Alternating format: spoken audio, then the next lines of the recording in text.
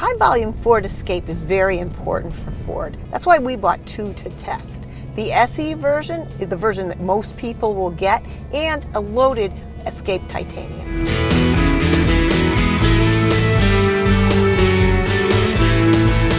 Easily the best thing about the Escape is how it drives. It's nimble, it has responsive steering, makes it really fun to drive. Another high point is the ride. It's both well controlled and absorbent. Let's face it, some small SUVs sound and feel like tin cans, not the Escape. Road noise is really subdued and it feels solid and substantial. There are 3 4-cylinder engines available. There's no V6 and no hybrid. Most Escapes will have the 1.6-liter turbocharged engine that comes in RSE. This little engine has good mid-range pull, but you sometimes have to wait for a shift to get that power. You definitely know it's working at it. The top-level engine is a 2-liter turbocharged 4. That comes standard on our Escape Titanium.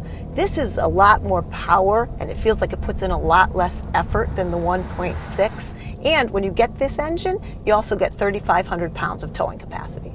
Surprisingly, the 2-liter actually doesn't cost you that much more at the pump. The 1.6 is only slightly more fuel efficient, and that's partly because it works harder at slow speeds.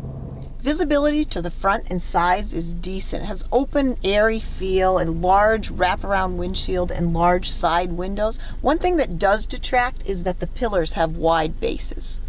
It's actually kind of hard to get the backup camera on the Escape. It's not available in our SE version, and you have to buy a $1,000 option package to get it on our Titanium. It's really kind of ridiculous for a very helpful safety feature, especially when competitors like the Honda CR-V, it's now standard. Getting in and out of the Escape is really easy. It has low sills and big doors. Inside, the Escape is much nicer than before. The dashboard is thickly padded. Some details, like gaps in the panels, do hold it back. The controls can actually be frustrating. Even basic Escapes have a radio that's much more complex than it needs to be.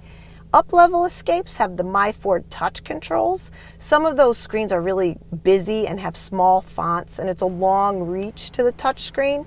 And some of the corners that you need to touch are actually blocked from your view by the dashboard profile. These are kind of big flaws for something that's called My Ford Touch. Comprehensive sync commands do help some, especially when you're using phones and iPods. As far as driving position, it can be somewhat tight. There's a big console that pushes into your right leg and an uneven floor pan on the left.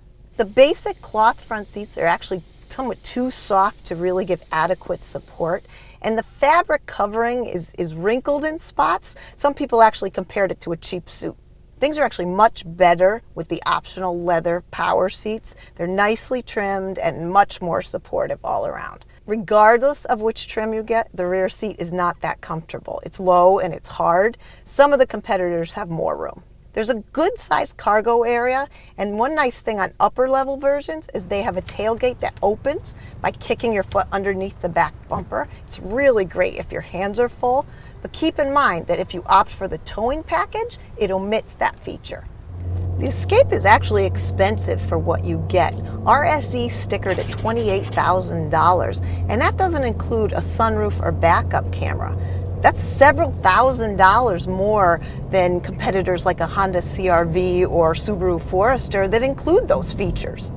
Our Escape Titanium came in at over $36,000, but keep in mind that includes a heavy load of some upscale equipment. It puts it on a level with vehicles like the Volkswagen Tiguan or even cars like the BMW X3 or Audi Q5.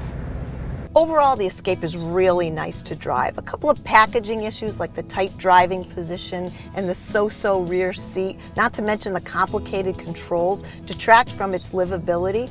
And at the heart of the market, it's actually rather expensive when compared to very popular competitors.